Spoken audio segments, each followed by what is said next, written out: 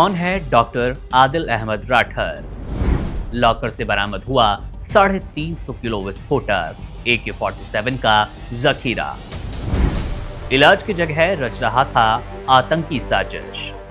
जम्मू कश्मीर की ठंडी घाटियों से लेकर हरियाणा के औद्योगिक शहर फरीदाबाद तक फैली इस कहानी की शुरुआत एक ऐसे शख्स से होती है जिसकी पहचान डॉक्टर के रूप में हुई, लेकिन इसके इरादे किसी सर्जन के नहीं बल्कि एक साजिशकर्ता के थे।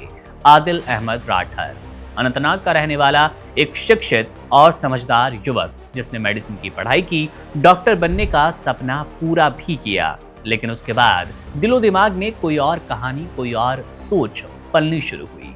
बाहर से था एक सामान्य डॉक्टर जो लोगों की जान बचाता, लेकिन भीतर से ऐसे विचारों में डूब चुका था जो जान लेने की राह पर चलते थे। राठर सहारनपुर के एक निजी अस्पताल में मेडिसिन विशेषज्ञ के रूप में काम करता था। शांत, विनम्र और मरीजों के बीच लोकप्रिय, लेकिन यही मुखौटा उसके असली इरादों को छिपाने में बड़ा मददगार साबित हुआ। कुछ महीनों पहले उसने एक महिला डॉक्टर से निकाह किया।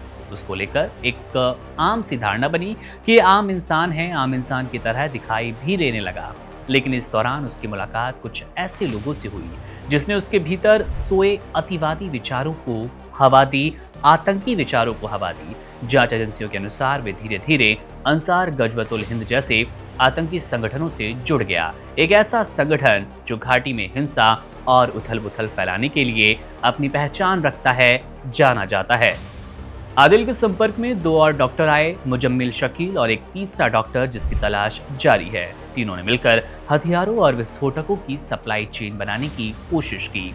आदिल की जिम्मेदारी थी इन्हें मेडिकल उपकरणों की आड़ में एक जगह से दूसरी जगह पहुंचाना, लेकिन किस्मत ने उसके साथ धोखा किया। जम्मू कश्मीर पुलिस की एक विशेष टीम ने उसकी गतिविधियों पर नजर रखनी शुरू की और जब जांच आगे बढ़ी तो फरीदाबाद में किराए पर लिए गए उसके कमरे से 350 किलो विस्फोटक, 2 AK-47 राइफलें और भारी मात्रा में गोला बारूद बरामद कर लिया गया।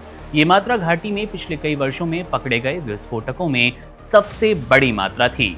इस बरामदगी ने सुरक्षा एजेंसियों को जाहिर तौर पर हिलाकर रख दिया। पूछताछ में सामने आया कि आदिल ने अनंतनाग मेडिकल कॉलेज में अपने निजी लॉकर में भी AK-47 और गोला बारूद छिपा रखा है, यानी कि वो अपने पेशे की पवित्र जगह अस्पताल को भी हिंसा के ठिकाने में तब्दील कर चुका है। अधिकारियों का मानना है कि आदिल किसी बड़े आतंकी हमले की योजना बना रहा था और उसका नेटवर्क न केवल कश्मीर बल्कि उत्तर भारत के अन्य शहरों में फैल चुका था। अब ये केस राष्ट्रीय जांच एजेंसी NIA के हवाले किए जाने की तैयारी में है। सुरक्षा एजेंसियां सहारनपुर और आसपास के अस्पतालों में काम करने वाले कश्मीरी डॉक्टरों की प्रोफाइल खंगाल रही है। जो लोग कभी मरीजों को दवा लिखते थे वो अब सवालों के घेरे में हैं। आदिल राठर की कहानी केवल एक व्यक्ति की गुमराही की कहानी नहीं, ये इस बात की चेतावनी है कि आतंक का जाल अब शिक्षा, पेशे और सभ्यता की दीवारों के भीतर भी अपनी जड़ें फैला चुका है। एक डॉक्टर जो इलाज का प्रतीक था अब विनाश की पहचान बन चुका है। मामले पर हमारी नजर है। मेरा नाम है मुकुंद, आप बने रहिए वन इंडिया के साथ। शुक्रिया। Subscribe to One India and never miss an update. Download the One India app now.